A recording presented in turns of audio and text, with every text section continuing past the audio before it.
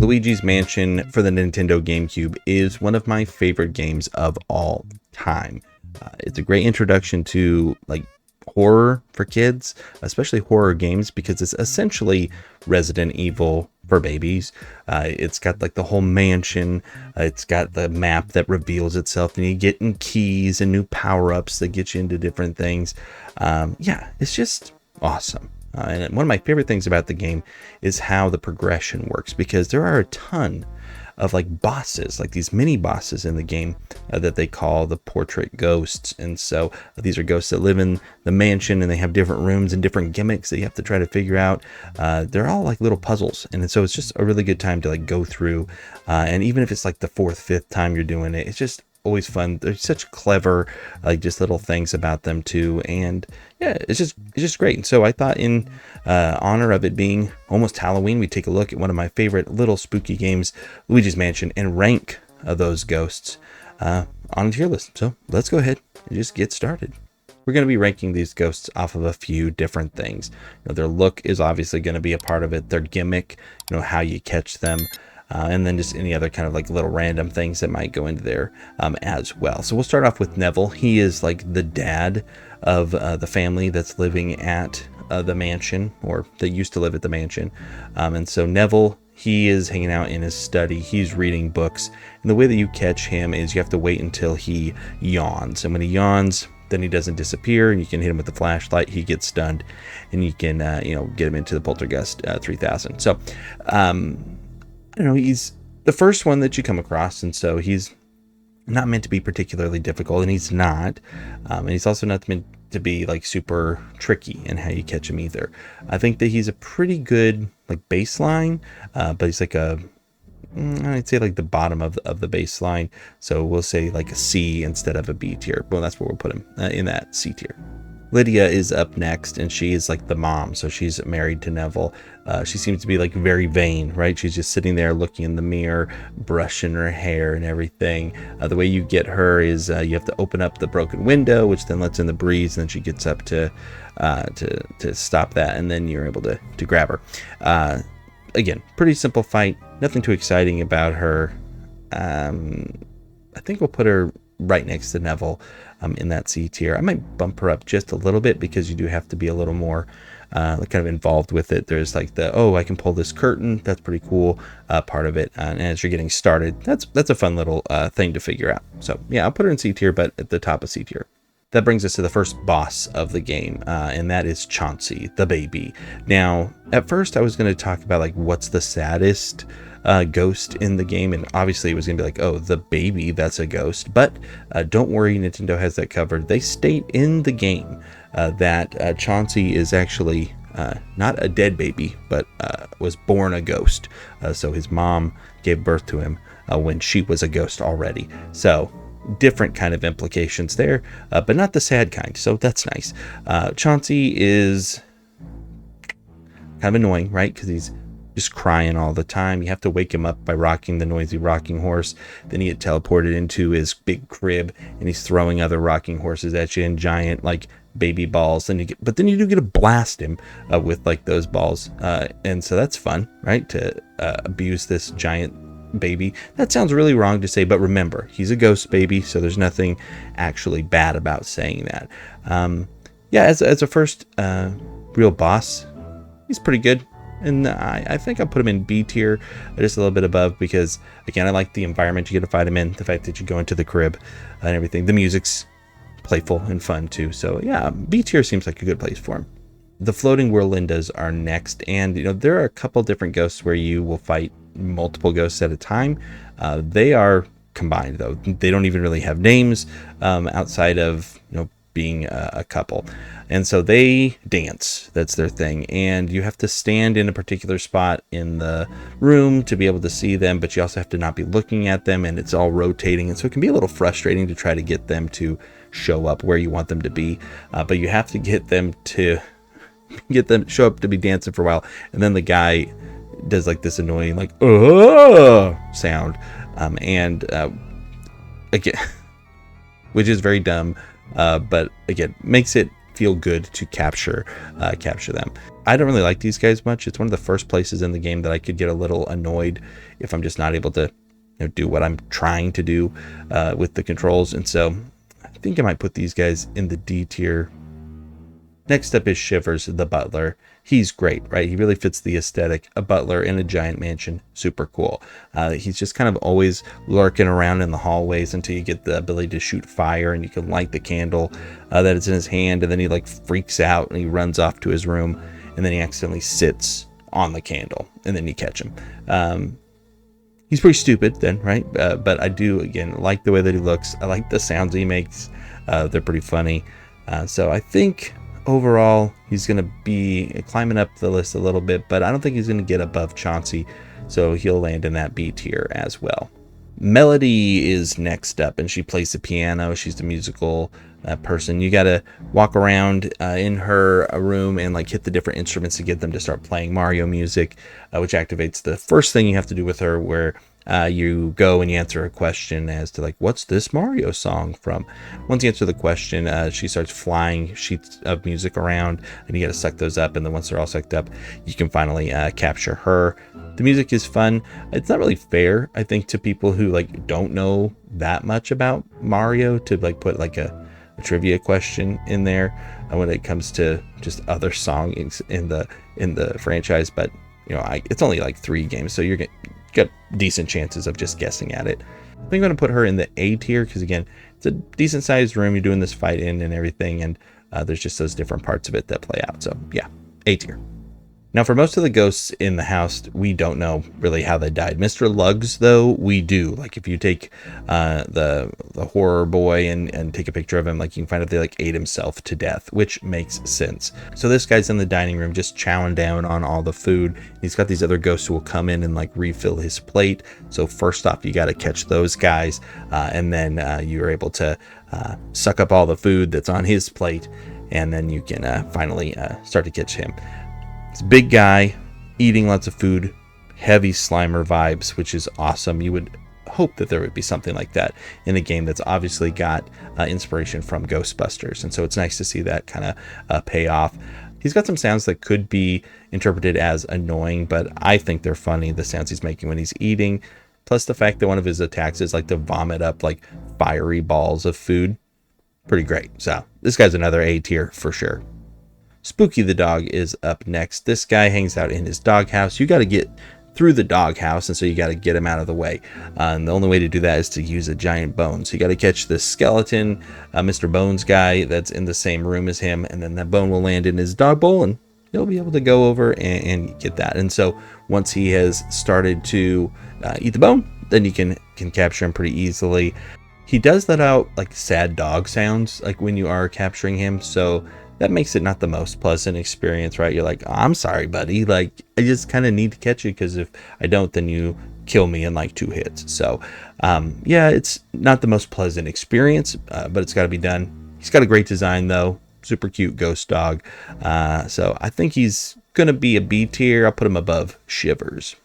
Bogmire is the second boss of the game. And so Bogmire is actually one of the only ghost in the house that isn't a dead person. So not like a real ghost, but it's like a representation of all the fear and dread in the mansion, which is pretty awesome. And so I like that about him.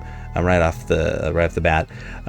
He's got like shadows. They play a big part in his fight. Like, you've got to make sure and suck up the shadows so you can shoot him at the real one of him, and you can only tell which one's the real one based off of who's casting a shadow when the lightning strikes.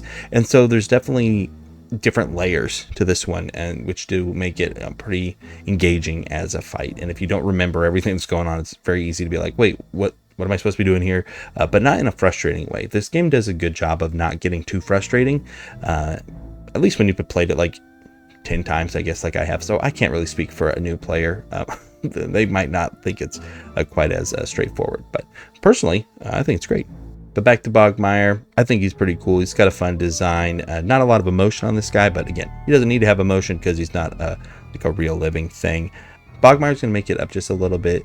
I'm going to put him in that A tier, but at the bottom of what we've got ranked so far.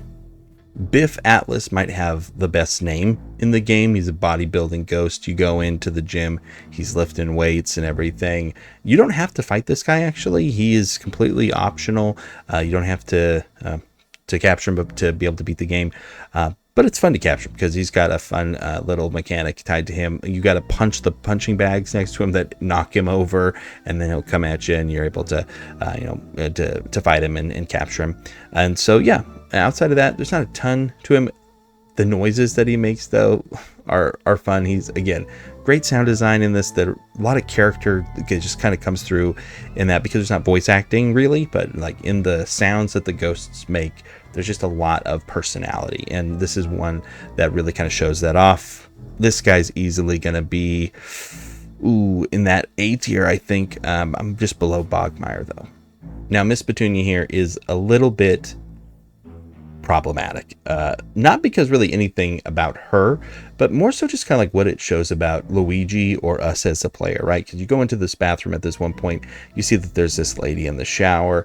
She's voluptuous, right? She's curvy, and you're like, all right, let's pull that curtain aside. But then you see it's Miss Petunia instead, which is an actual like pig. She has a pig nose and hooves and everything, so we can avoid it being like mean, but it's just like you've got to be pervy to be able to see her. So I mean, it's ready to eat for everyone, you know. You have to hit her with the ice element to be able to make her vulnerable, and then you're able to capture her with the poltergeist. But outside of that, not a ton in that fight. She's pretty low for me. In fact, I'm put her in D tier, bottom of what we got so far. Now, it's hard to tell from the picture, but this is Nana, and she has been knitting the same scarf for years and years and years since she's been dead. It's like over 800 feet long, I think is what the game says. But she's a little granny in a rocking chair, and you got to knock over her yarn. It gets her mad, and then she starts like flying around and shooting needles out of her eyes at you.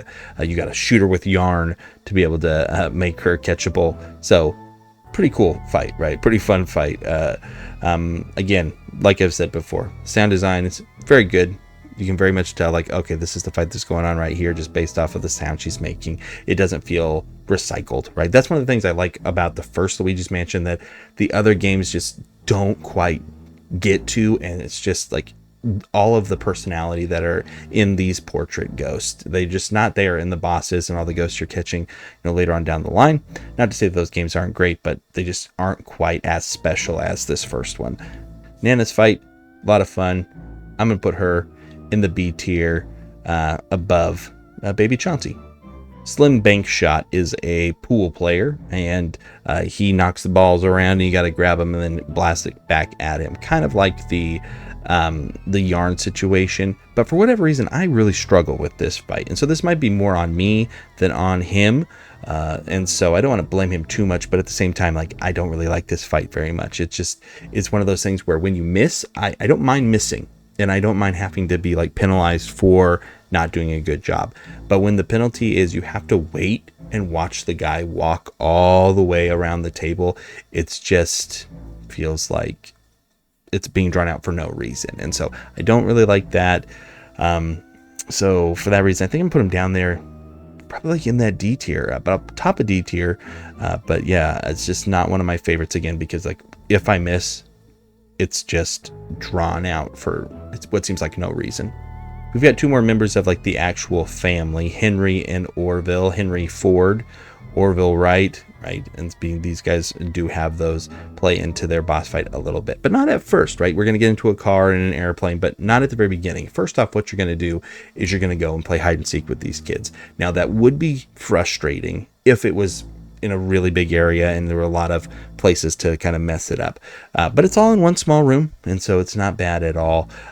You can also use elements to kind of help like it be a little bit easier too, but it's not really that difficult.